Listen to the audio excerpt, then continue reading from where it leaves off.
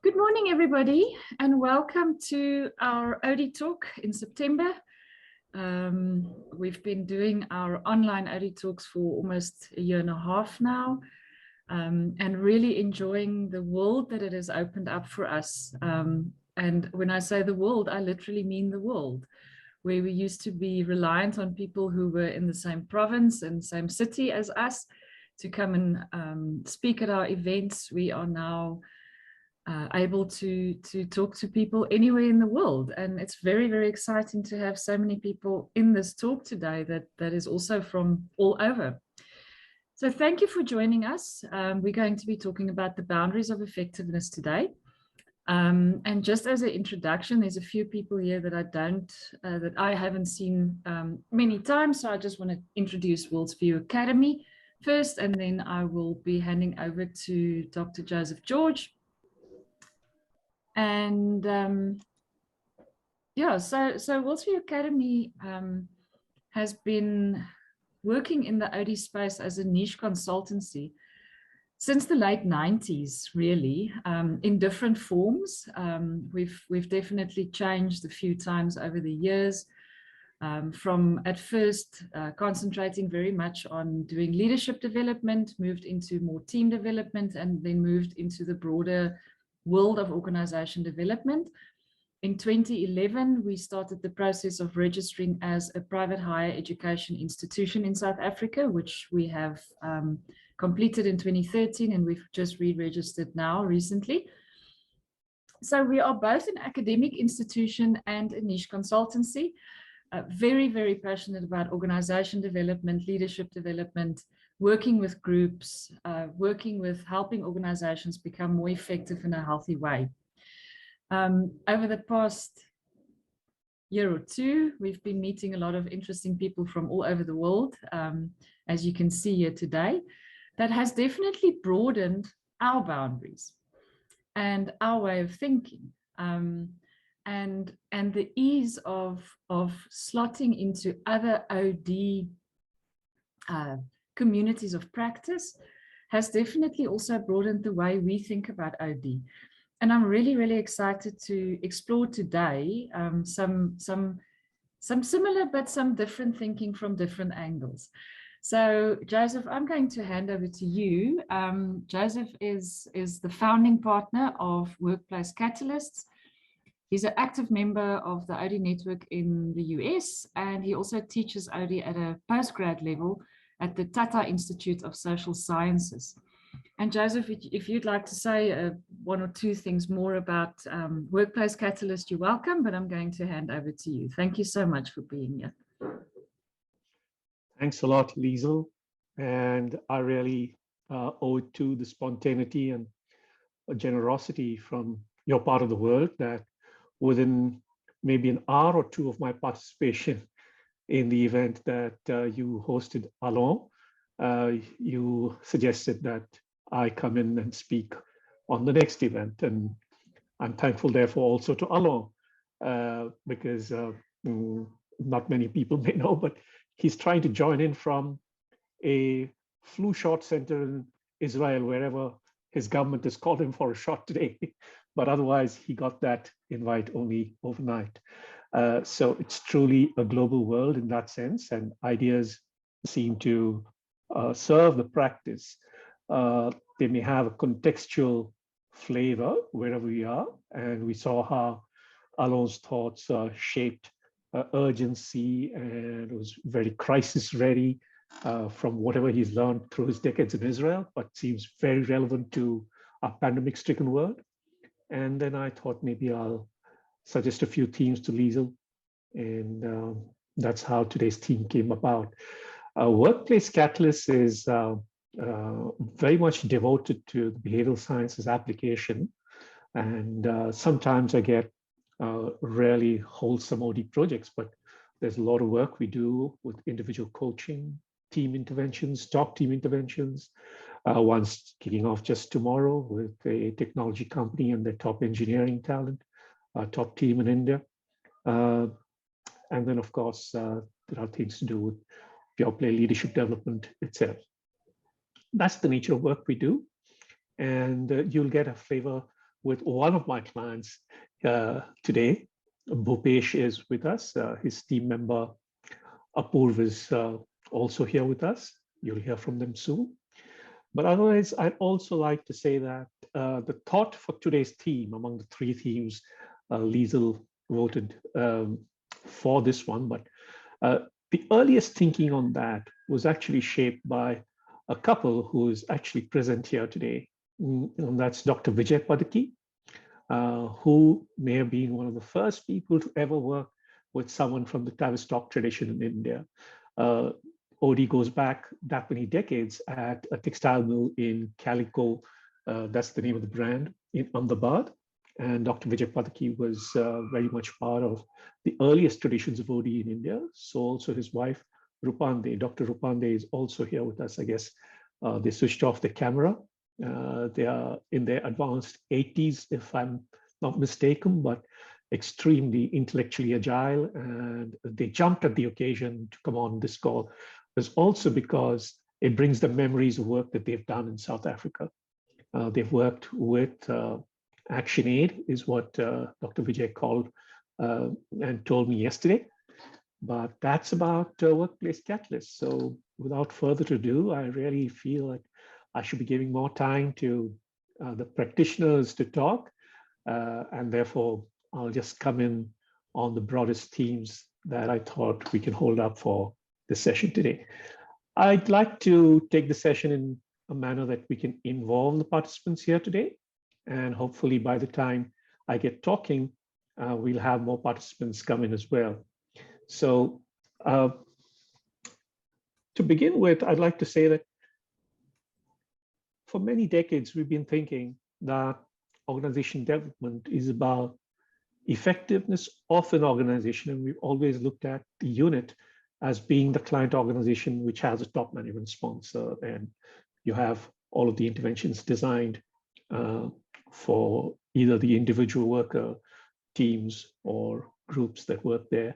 And of course, therefore, you might think that the organization gets effective because of those interventions done there.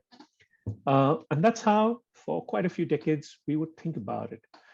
But there are several prompts here that we were alerted to, including in Alon's talk last time, when he gave several examples of some shipments caught up at a port, or the supply chain getting choked, either the container companies or the manufacturers whose stocks were in some kind of constrained situation. And in that sense, therefore, you'll get a more richer and real in-depth flavor today when Bhupesh also speaks to context in his company. But the prompts for rethinking boundaries are really all around us. And that's what I'm holding up on screen over here. The pandemic itself, right? It's really forced people to secure health over many conventional considerations of the economy in the short term. And I mean, you can pick the themes from what's up here. They really seem big items and big agenda for all of mankind. Climate, and I don't have to speak too much to it. There's enough on screen and news channels for that. But I think an issue that has not found as much voice or courage is about the inequalities in wealth and the distribution of that. And in some sense, it speaks to economic justice. And we see, whether it's in the US or any other part of the world, the differential in pay between the top CEO and the bottom worker has gone in multiples of hundreds. And that itself is an indication of some kind of tension that we've overlooked to our own peril. And that's showing up perhaps even in the climate crisis. I think in a more immediate realm, I think we should also be concerned that despite the reach of the internet that has enabled us to connect here in spite of the pandemic, there are several covert dimensions of this knowledge dimension. I think we are quite blind to that there are differentials in access, either by price, by technology, and the fences around legislations on patents and sometimes even civil liberties legislations throughout the world. And you'll find varying levels and impacts of these considerations for which we should be rethinking boundaries as far as the application of behavioral sciences are concerned. So all in all, livelihoods, living, and human life itself are threatened without a sensitivity for our ecology. And when I mean ecology, I'm talking of all kinds of forms of energy around us, the species Homo sapiens. Just a couple of more perspectives before we go forth. We go back to the original question. So why do organizations exist in the first place? I think it's safe enough to say it's to fulfill human needs that you and I as single individuals cannot provide or be serviced by, or we need larger than self institutions, right? So broadly put, we need organizations to optimize the search, retrieval, storage, use of depleting and finite physical resources. And that's why we need organizations. Perhaps that's why we need the process of management itself. But it's also to fulfill social and psychological needs of members within the groups that constitute the organization, and to relate to members that are outside this group, to achieve sometimes complementary, if not very, very leveraged goals. But I think if you look at it from a design of organization and theory of organization perspective, it's also so that we can perpetuate institutions. And that is to say that if organizations are living systems, they should be able to surpass the lifetimes of single individuals, whether they be of the founders or whatever else, right? And we have long-standing institutions in that sense. I'm not going there right now, but this is often a forgotten objective these days. Well, how about looking into example in the flesh? And I essayed a couple of sessions with Liesel saying, oh, what if we had a dairy? You know, it's a product that is needed both in South Africa and India. And you have a whole kind of system around it. It's not just where you get the milk from the teats of the cattle, but also where you collect it, store it, distribute it, package it, all of that, right? So you've got all of these differentiated entities that make a dairy come alive. And beyond the physical confines of a dairy, you need cold chain networks up and through the country. You need packaging technologies. You need transportation that is suited to dairy products. You need a very strong hold in procurement to put a hold on prices or have competitive advantage of that. Well, you get the picture. Without all of this, you wouldn't be able to consume milk or milk products at home. But guess what? Something like this comes up. What does the dairy do, right?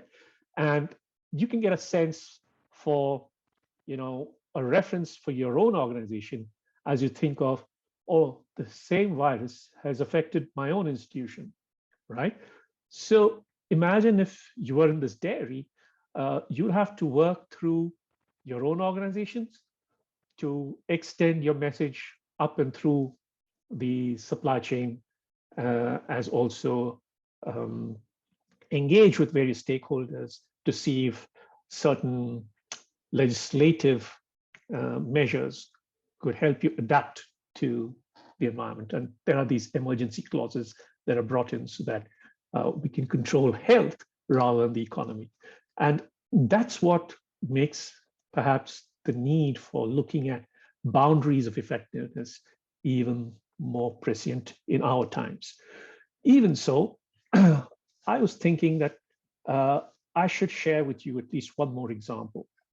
I had a student group in Delhi, executive working students, and we did some work with an NGO, and this is a social sector kind of thing, and it's a very rare kind of social sector organization. They only engage in advocacy.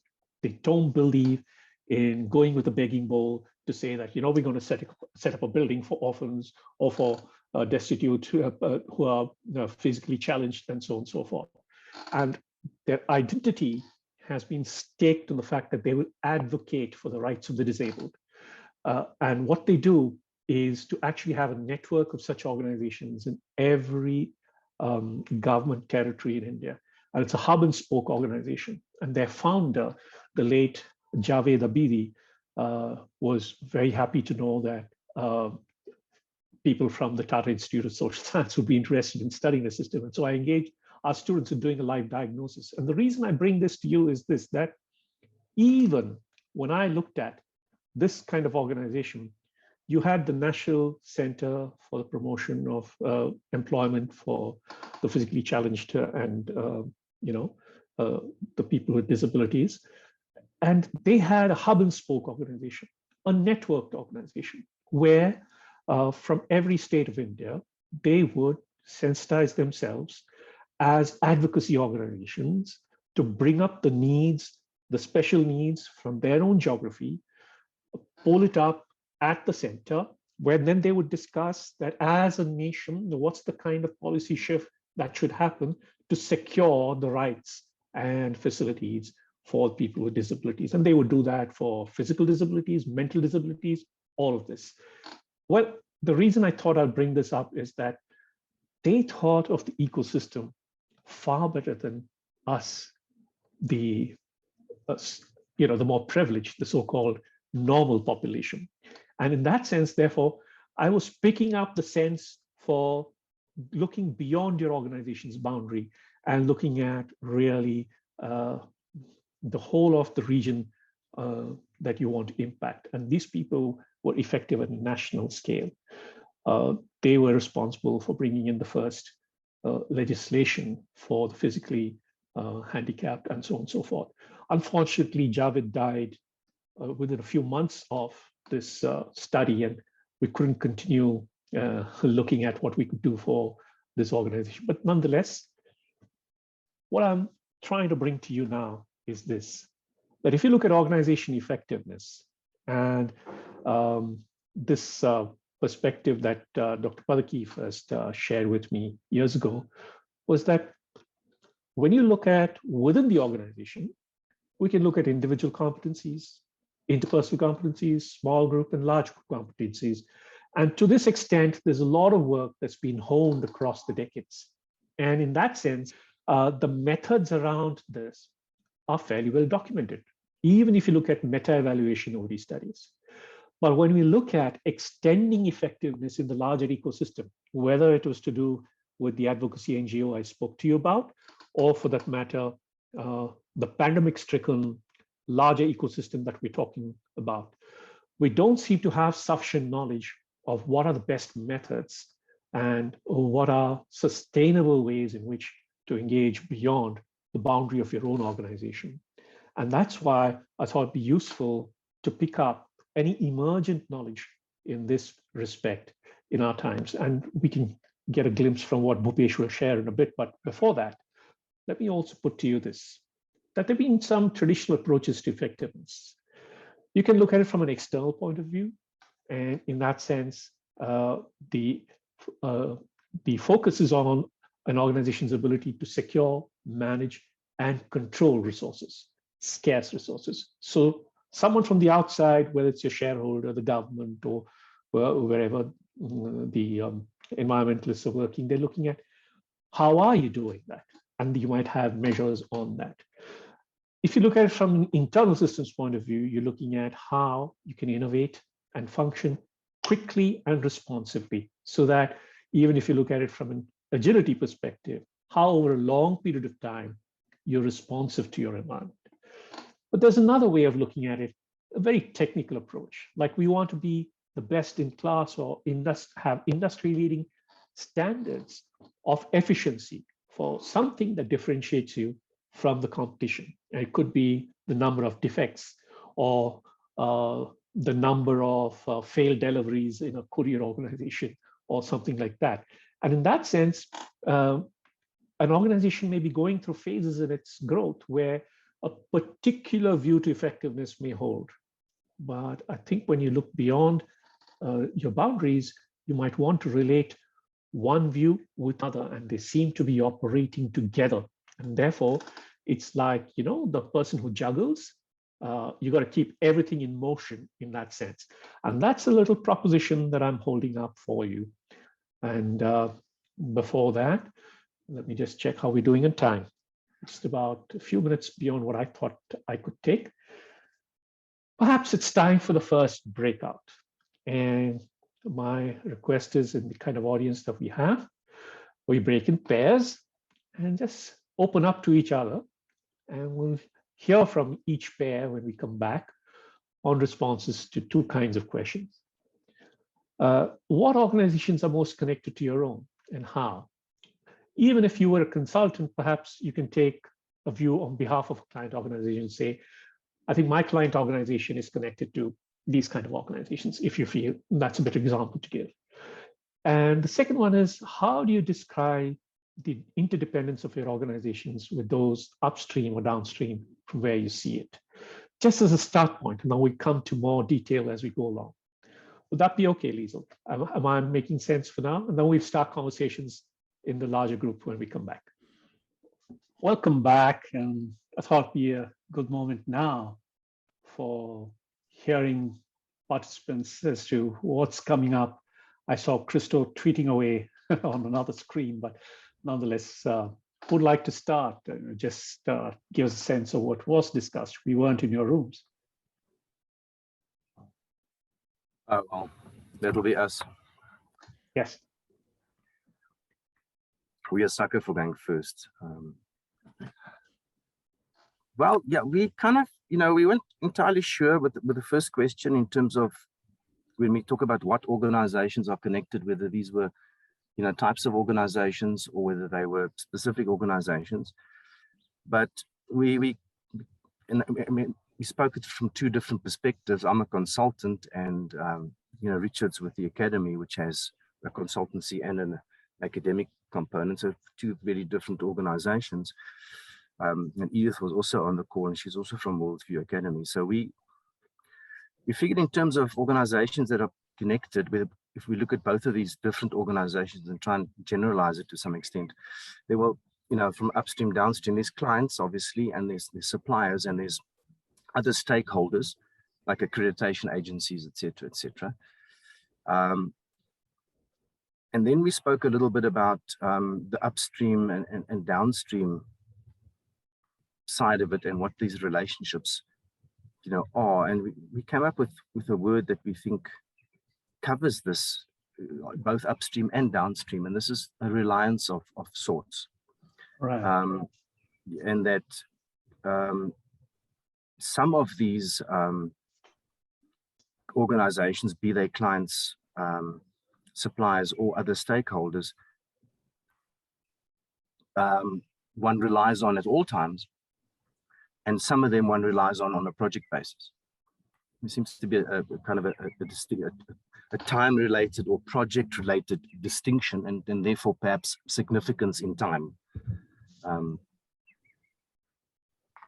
That was kind of where we got to. Well, thank you for that contribution. And if I might reflect, I think you were speaking to, if I might use the word hubs and spokes, there are strengths by time at particular nodes, and then depending on the need, perhaps that tie is not as strong, it may be weak, and perhaps a social network extension from that point of view. Thanks for sharing, Michael. Let's hear from others as well.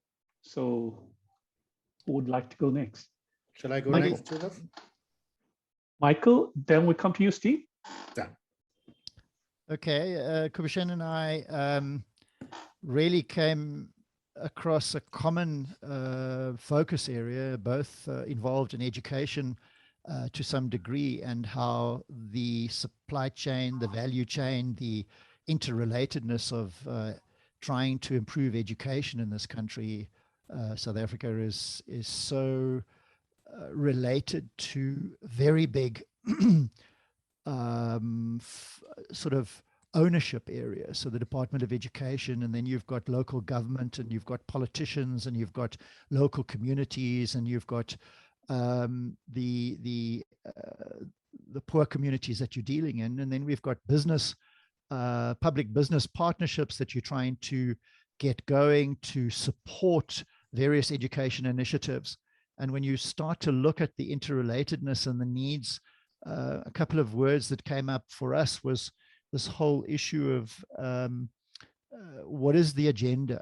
That's always asked. Everybody asks about the agenda because everybody's coming from their own paradigm, their own way of looking at it, their own need in supporting something that's going forward. And one of the things that we found was really important was relationships.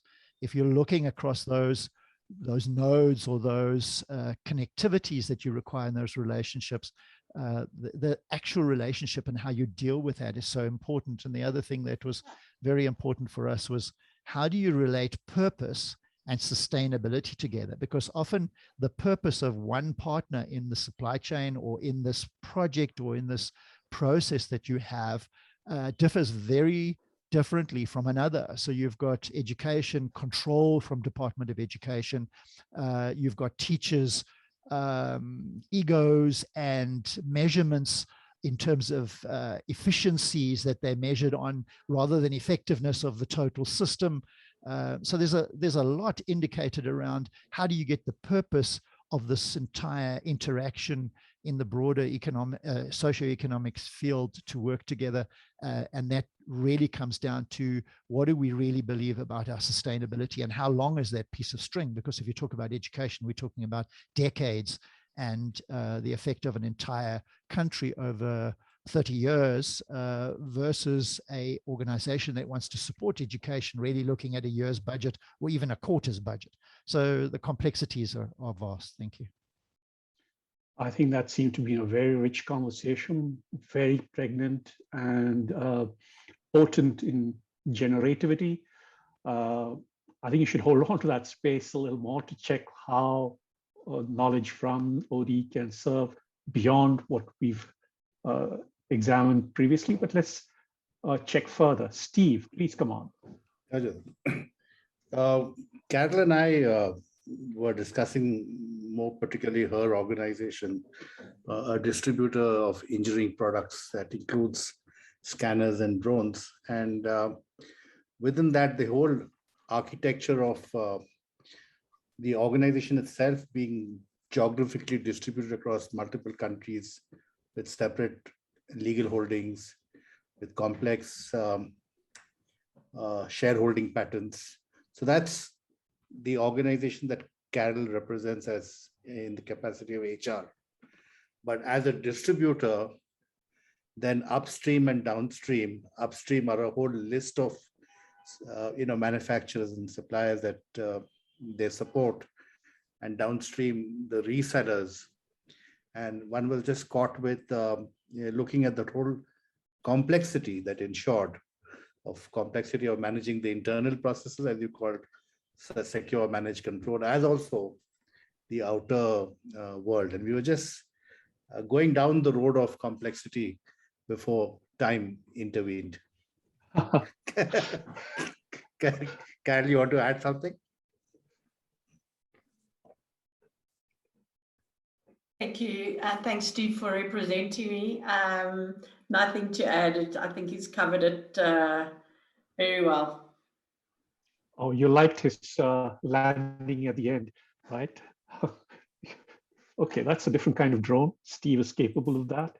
But nonetheless, let's just check around who else would like to share before we request Bhupesh to give, a one organization story. And let's see who else would like to speak. Somebody? No, I think I'm Yes. in the same boat as Michael, because on my side, I work for the institution and I'm in human resources. So we really look at mostly on our stakeholders, like our government, our vendors, even society. So we work together. And you would have noticed that as the University of KwaZulu-Natal, we are research intensive and we contribute a lot, not only nationally, but internationally. For example, you will look at the advisory committee of the pandemic.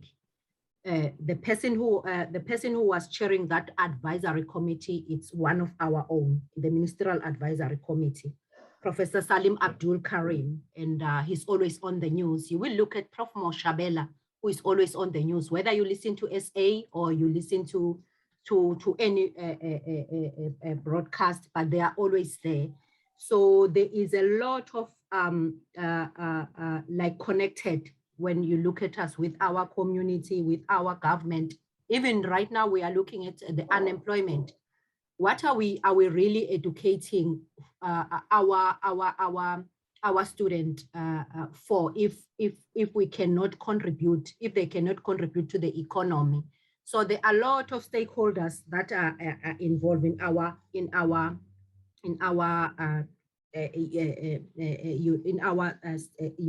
the institution. Even right now, we are unpacking. I think today there is a session for unpacking these myths and facts about the vaccination. So I believe we contribute a lot, really, as a university. There is connectedness amongst all those stakeholders that I have mentioned. We even work with also supplier. I can say we are contributing a lot. That's what I can say. I'm looking at also our one of, I'm not selling them, the ethnic skin and hair. One of our professors, Prof. Lova, she has just found that a cure for ethnic skin and hair. So it's not only in South Africa, but it's gonna be a global cure for each and everyone. So we work closely with our stakeholders. That's all I can say. Right, thank you. I am not confident of pronouncing your name right. Nontobeko, would that be correct? Yes, for the first time, Joseph, yes, you pronounced it right. I'm glad. I feel proud of that. I feel proud of you. Oh, well, I'm happy to have done it right. But what Yeah, I'm picking up, what I'm picking up across some of the sharing from South Africa, even as I'm listening in, is that even in this crisis, our appeal to a sense of meaningfulness is coming through, irrespective of whether it was the education sector or other problems being addressed. And in that sense, therefore, giving a sense of improvement or amelioration or even liberation from the oppressive conditions of this pandemic seems to be something that we cannot quite escape in the OD scheme of things. If I might just be selfish about the overall session time, I think it's worthwhile if you can just listen to Bhupesh and the story of ElasticRun, the organization he represents, and then we come back and pick up a few more questions. That be all right? All right, Bhupesh. Bhupesh, you can start. Yeah.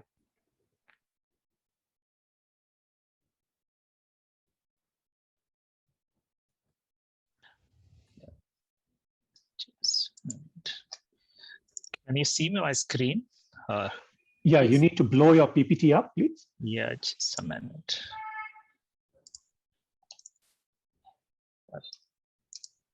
There you are. Fantastic. Yeah, thanks everyone and good morning. It's a great pleasure to be here, and thanks to Dr. Joseph and the institution inviting me. ElasticRun is an organization which is based out in India, and particularly in Pune city. Is a tier 2 city. We are 5.5 years young organization. We started with the e-commerce logistics organization. We are around 2,300 employees. We have more than 800 work sites across India. We have more than 500 partners who support us, and we are working with more than 160 top brands in India. That's the size of the organization. What I'm trying to share my perspective, organization perspective as an HR, as an OD, how we are driving the effectiveness, how we are trying to help organization to be successful in a very structured way, and what are the interventions that we are deliberately taking to make the organization future ready. So just to give a quick insights about the organization, we started in 2016. We started with the e-commerce logistics player. We started with one customer, Amazon. Then today we have most of the e-commerce organization working with us. In 2017, we got into the FMCG rural business, and which is the key for India, which is unserved for so long. We got into the financial, which is a fintech organization in 2019. In last year, during the pandemic, there was a necessity to get into the commodity distribution, and we enter into that. So in last 5.5 years, we really work on a various business lines: e-commerce, distribution, fintech, commodity, and transportation. This is the entire journey that we did. The important piece which I would like to talk about is how we expanded our boundaries in a very short time, and what are the peculiarities that we demonstrated as an organization. We are a commerce platform. Kirana is an Indian word, which is nothing but a grocery distribution word, but it is a commerce platform, that is what the ElasticRun organization. Two things which we clearly see which holds our organization very strong. One is about the technology. Second is network that we have, and the strong people and the processes that we are working on. So when I talk about the technology, it was very important for us to work on the asset light organization. What does it mean is that we don't essentially invest. We aggregate the asset holder from the entire country, and we bring them on our platform, and then we use them. It is a very variable cost model, which is important for any enterprise. We have an in-house technology hub in India. We don't, to reduce the dependability, it is a completely technology hub that we have. We are exploring, when it comes to the network, we get into various markets, essentially the rural part of India. When I say the rural part of India, less than 5,000 population is the definition of a village in India we are supporting. What brand aggregation is another uniqueness for expanding our boundaries, because each brand otherwise have to go and deliver their goods in the deep rural part of India. What we do, we aggregate all the products, we bring them on our platform, and we further distribute.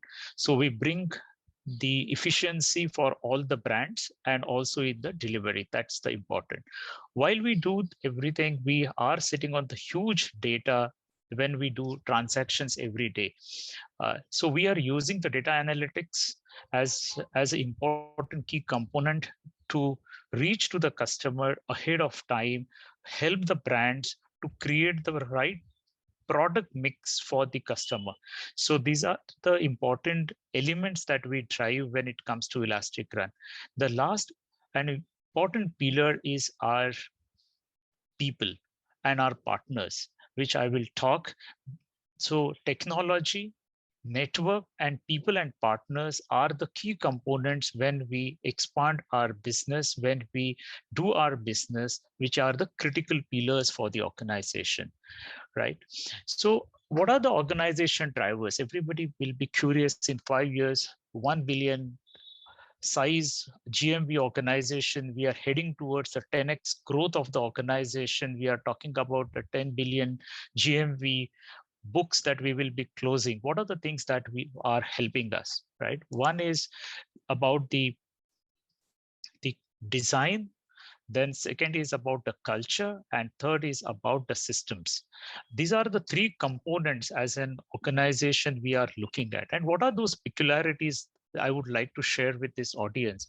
In our organization, it is a very flat organization.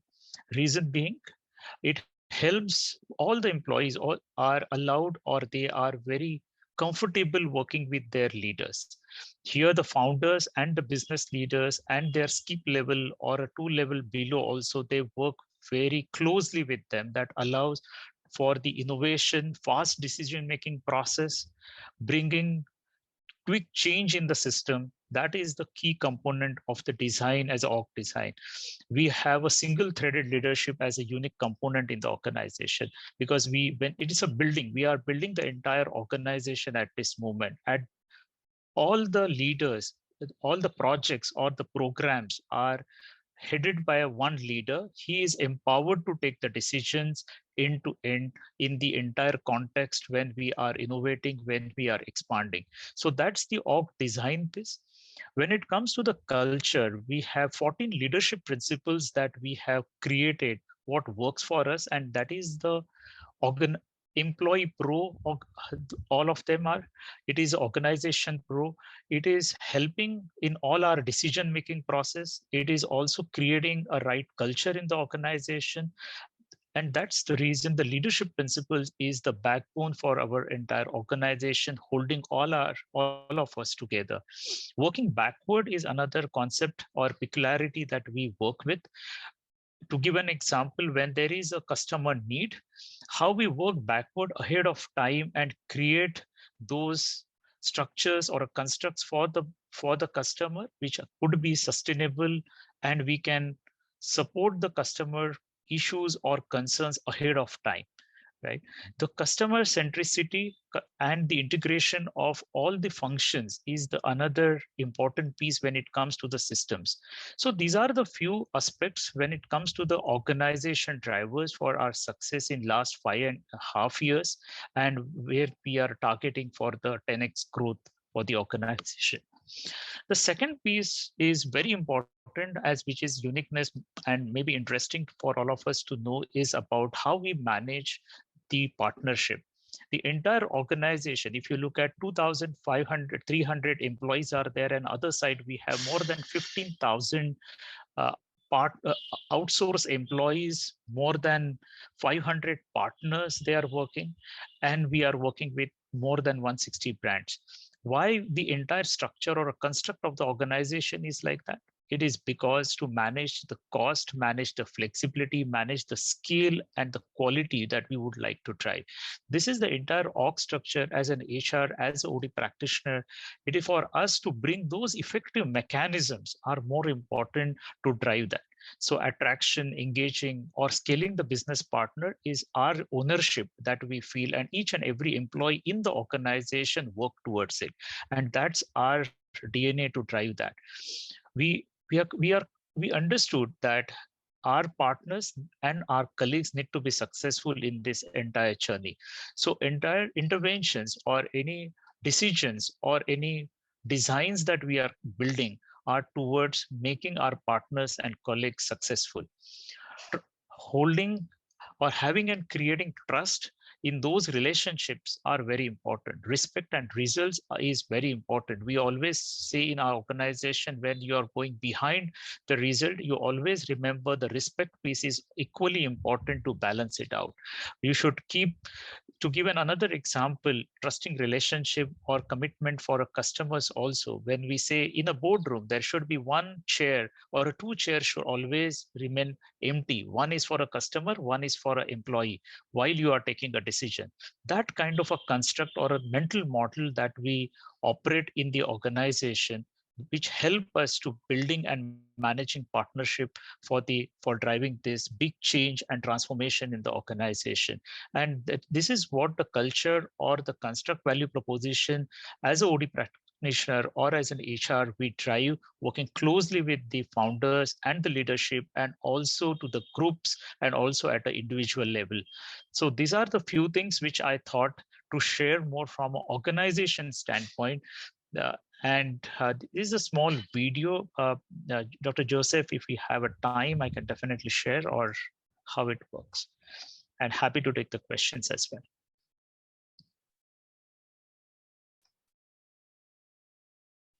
Should I go ahead? Yes, sorry, I was unmuted. Please share.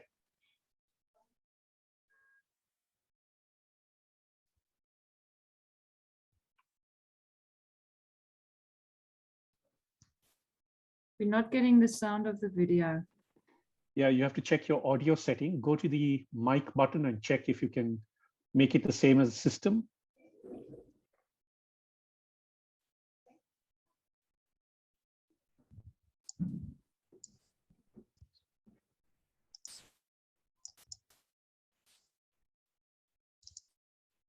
Is it there? Something is wrong. Bhupesh, so the setting for Zoom, you have to change it. So the speaker, you have to Probably make that is. same as systems. You have to change it to same as systems.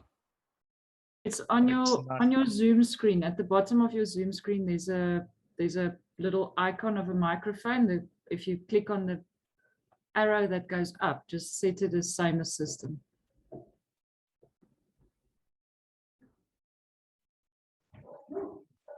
I think I will share at the end if that is okay.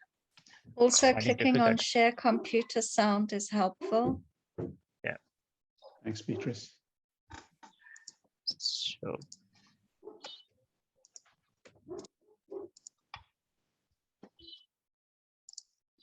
So I think we can go ahead, but I will share the link at that, if that is okay. Okay, that's an option. And what I could think of right now is, you know, what I wanted to bring to our attention is that for all the different kind of partners and upstream and downstream players that Bhupesh is talking of, and if you were to even consider the NGI I spoke of before, you see there's a socialization process they began very early, even as they thought of the business model. And it set up certain norms. So for example, principles, leadership principles were the kind of norms for internal governance at ElasticRun. And they internalized those behavior patterns so that when it comes to one face of the organization with the external world, whether they be customers, the brands, or for that matter, the partners who help stock and distribute these goods to the end customer in rural India. All of that comes through as then an organization of organizations. There is a ecology that's set up. And although ElasticRun did a lot of test and run kind of thing, they first test their idea in one region geography, then they scale it to other parts of India. So they almost touch most of India by now. But what we also begin to see on the other end is that which behaviors were found useful, they sustained those organizations. They not just created them. And therefore now the boundary of effectiveness has shifted beyond the 2,300 that Bhupesh talked of to become more like an institutional entity, which is, you know, it's like an inflated canopy of a tent. And the more and more pegs you'll need to hold it all over the place with, you know, product X, customer Y, distribution point Z, and so on and so forth. It's a multidimensional kind of thing. And without technology and analytics, difficult to run this particular business model.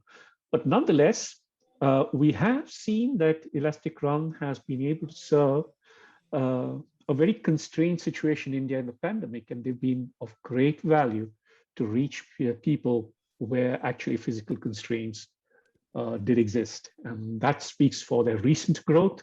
They've had record-breaking volumes in business as well. So I'm just kind of rounding it out in a different way. And I hope that makes sense to you. I think there's option now to look at it this way, but since the crowd is small, we could also hear from people directly, Bhupesh, and I think that'd be better, that what in your organization's environment may be something similar that the pandemic triggered, and would you consider including some specific aspects of your organization, whether it be the design, the strategy, or some policy within the larger kind of systems that Bhupesh spoke to, and how would it affect your environment? We could take a couple of views in. Lisa, if that's a kind of segue that we could have with open house rather than another breakout, maybe we can do better in time. Yeah, 2 minutes. All right, so there we are. floor open to anybody. You can ask Bhupesh questions, or you can give your own views.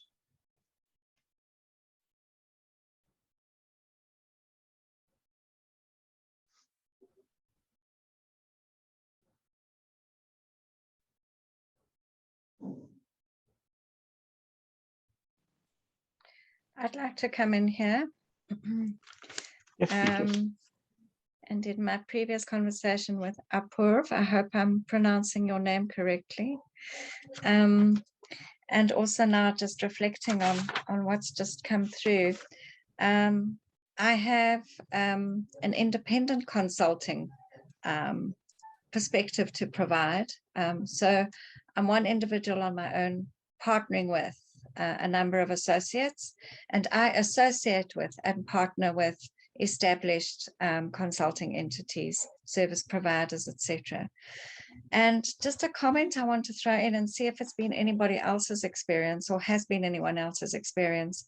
And it's not, I think the pandemic has accelerated this trend for me and has exacerbated it in some instances, but it was a trend that was already starting. And for me, a strategy of deliberate partnering and deliberate networking and deliberate joining together of competence, ability, knowledge, skill, and offerings has been critical for survival. So I want to bring the notion of survival into it. And I also shared with Apurv earlier that interestingly enough, life change has come about as this. So yes, as an independent consultant, I've had to make radical changes to how I have designed my organization being me, myself and my associates, in order to survive.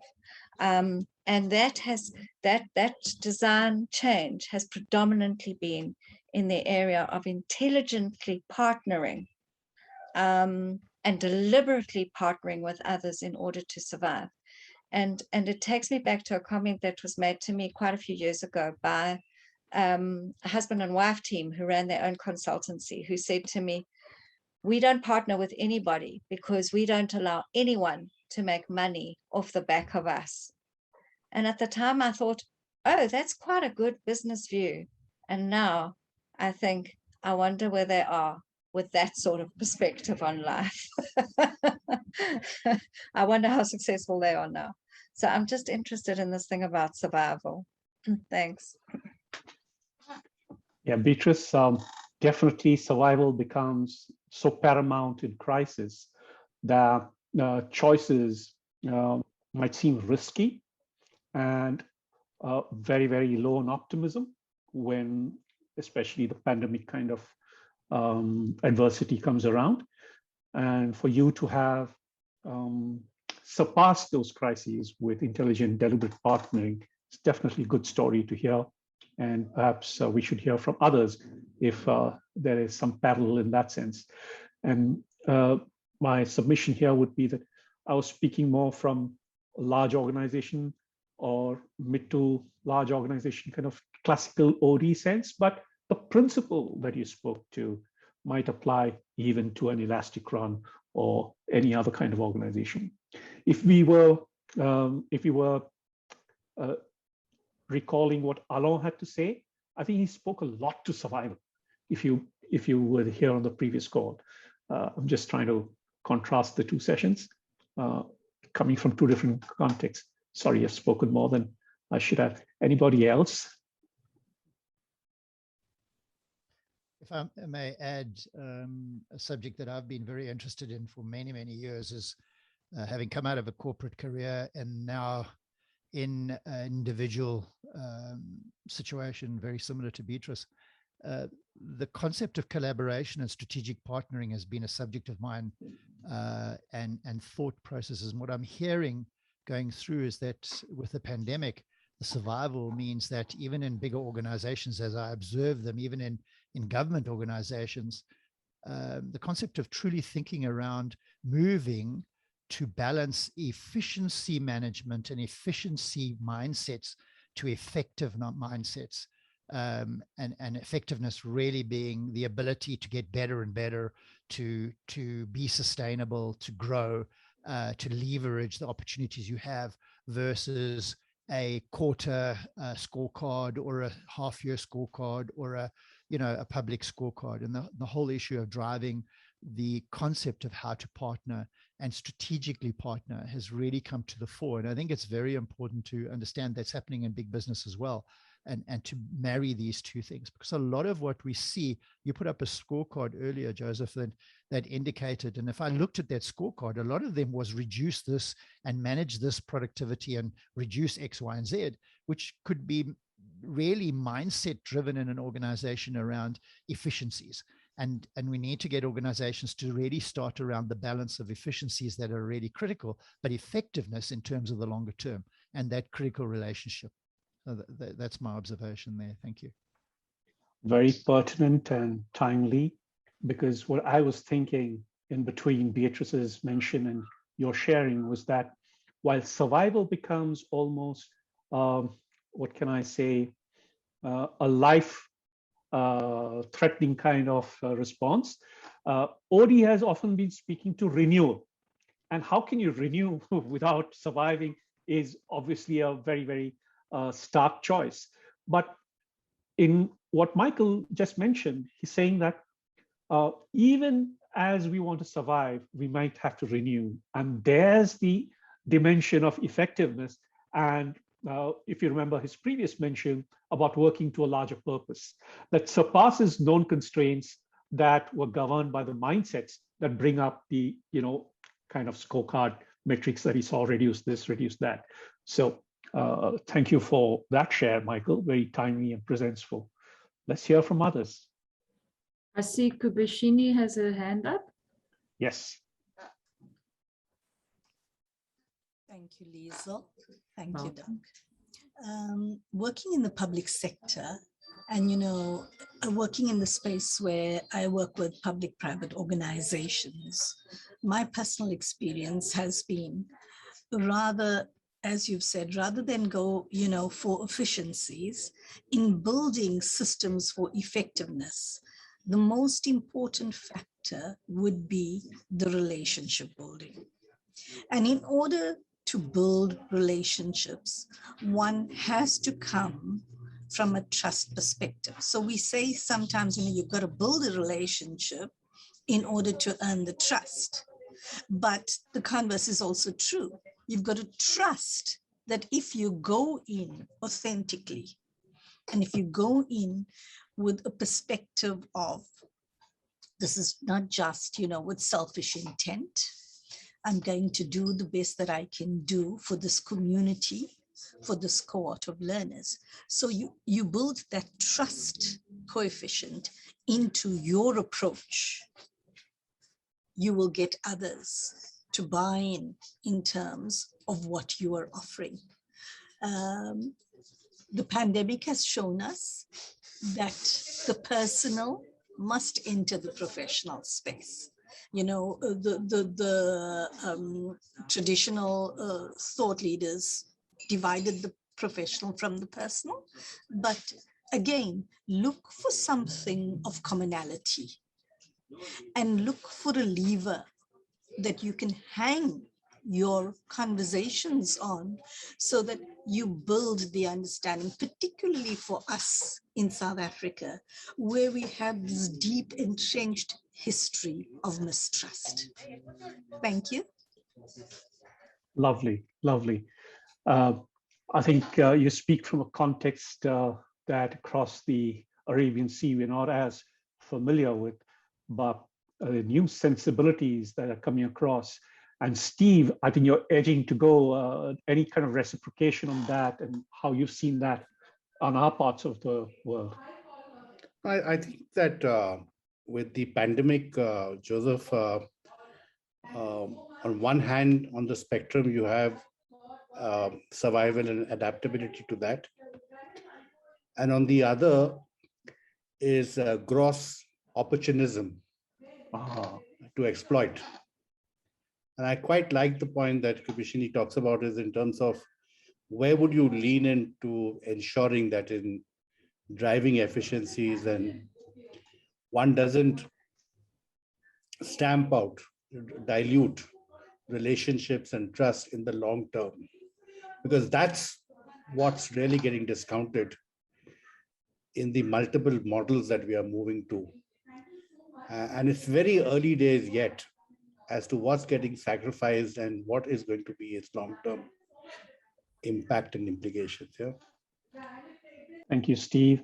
And here's where I thought an organization like ElasticRun is holding out, and they're in a sense publicity shy yet, and they're trying to do everything right from a culture standpoint.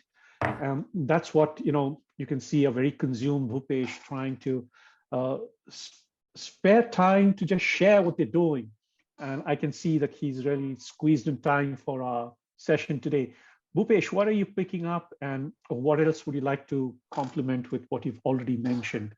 How's been the partnership with these various partners on the ground? Yeah, I think thanks for that. I think having and creating trust with the partner and investing in them is the true thing, because if we start investing in them, they really feel that we are concerned and we value them.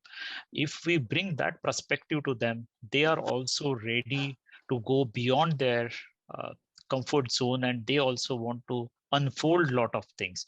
The capacity and capability building for them is one of the driver for us to bring various partners. So we are in a very unconventional business models. Partners are in India are not ready, or they are not trained in that. So it could be a small entrepreneur, or it could be a large or a small organization. We are struggling to get the capable partners. The efficiency and effectiveness, it's a larger agenda for us, definitely, but it's very far for us. First, to get the right partner with the right purpose, with the right intent, and allowing him to deliver in a consistent manner while facing all the odds in the ground. That itself is the first agenda on which we are focusing on. Efficiency is important, effectiveness is important for them, but larger point which I picked up from this conversation also, and in the organization that we are driving, how we create and hold trust for them, so they look up to us as a partner, not as a service provider. So that's where the shift that we are bringing, and that confidence that we are bringing in. A good example could be for our organization is a clear mandate that we should consider partner like an employee. When we are paying employee on the last working day of the organization, it's our moral responsibility to pay the partners also on the last day of the month or whenever we are. So that is the construct as a thought process that we bring in. We always say to the partner or internal customers or internal employees also, we should look for our competition, but we should obsess to our customers. That kind of a thought process we try to preach in the partners as well. So these are the few tenets that we work, and which I thought let me put it across in the context of ElasticRun and the subject that we are discussing. And if I might just put in a little cultural hue here, I've been on a few field trips along with employees of ElasticRun, and I might give you a contextual flavor. One, Bhupesh did speak of the challenge of onboarding the right kind of partners so that there is no slippage in the cultural alignment. Once you've identified that partner, as you operationalize the partnership, there could be changes in policy with regard to the time you stock stuff or whatever kind of logistic or operational nuance you'd like to bring so that efficiencies and effectiveness is brought about. This partner, being new to the model and new to business himself, he may be a first-generation entrepreneur, all right? That's the kind of selection criteria they have. They still hold on to certain anchors in the Indian subcontinent, which is they'd rather speak to whom they think is a figure of authority at ElasticRun. So they may not speak with their direct local person. They say, oh, why don't you bring in your superior? But once the conversation is done, the trust is cemented. And I've seen that on a couple of occasions. So I thought I'd bring you a nuance in that there are a couple of hoops that are crossed just so that the word trust is living between ElasticRun and its partners.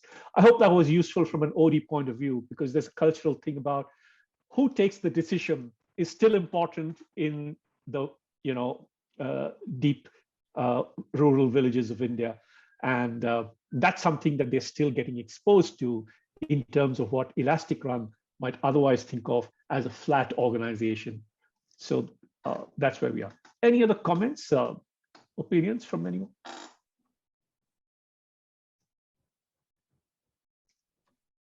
Maybe a question. I mean, this is fascinating. This around the partner development and development of the entire ecology.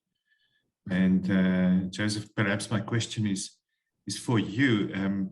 How does that shift the role of the OD practitioner? I mean, usually you work inside one organization, but now is this work across the boundaries of the organization, in the relationships, perhaps in the partner organization, in the ecology? How do you see, well, the work of the OD practitioner and perhaps the work of this primary client organization that is central in this ecology? Yes, Crystal, thank you for that deep design question of intervention. And as of now, if I might just give you an overview, I've done a kind of a sensing phase for ElasticRun as to what's the way in which the pace, intensity, and manner of learning for leadership principles must be engaged with. And what we're willy-nilly looking at in the sandbox is to charge a whole lot of his own HR organization to be internal OD players who imbibe this. But as they do it, they enable the line person to believe that they are the ones in charge. So it's a different kind of facilitation and partnership. So it's not the typical HR business partner role, but that's the kind of thing. So another initiative that Bhupesh has taken on is to actually do something given their kind of publicity shy image. He's taken on a person exclusively for what he would call employee experience. And without any template in mind, they'd like to have what you might call an internal experience economy, both for employees as also for the extended partnership.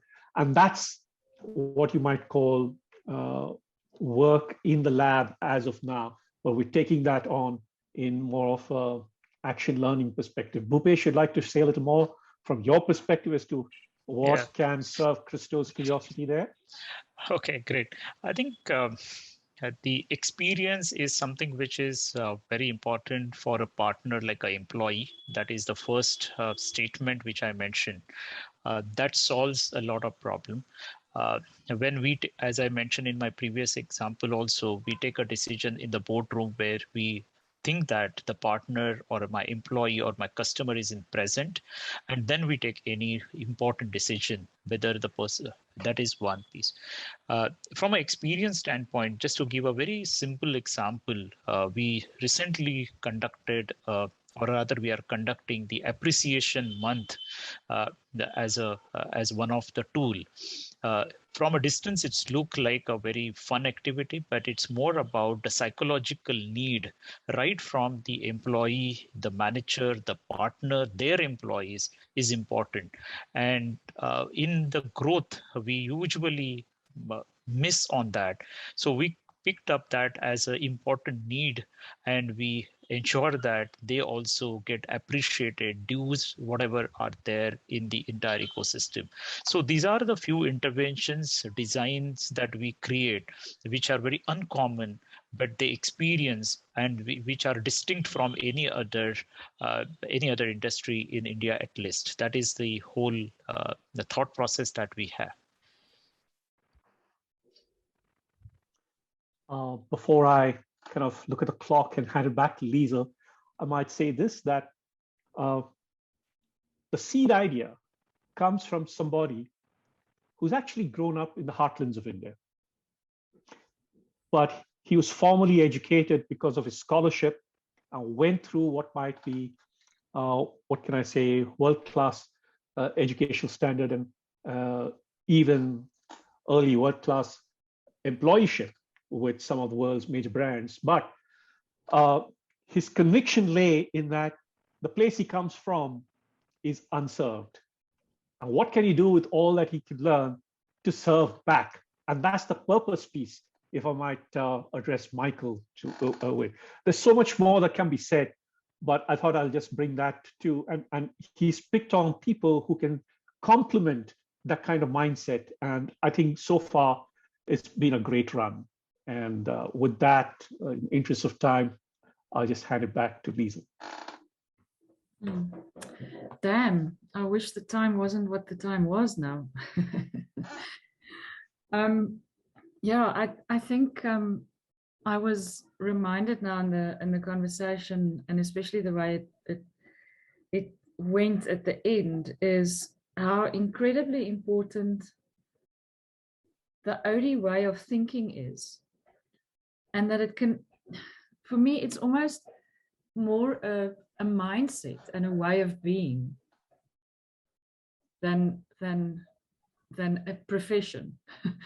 And how useful that can be in organizations to have that OD kind of way of work, way of relating, way of building relationship, way of acknowledging trust, acknowledging experience, and community, partnerships in community.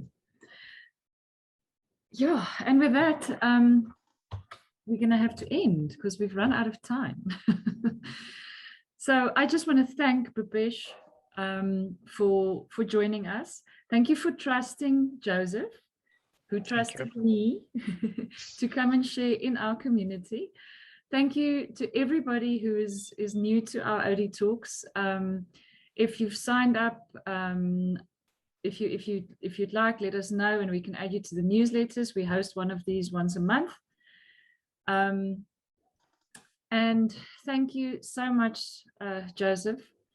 I met you on a strange email trail, small OD group of people that have hectic conversations some days. Some days there's 300 emails in a day.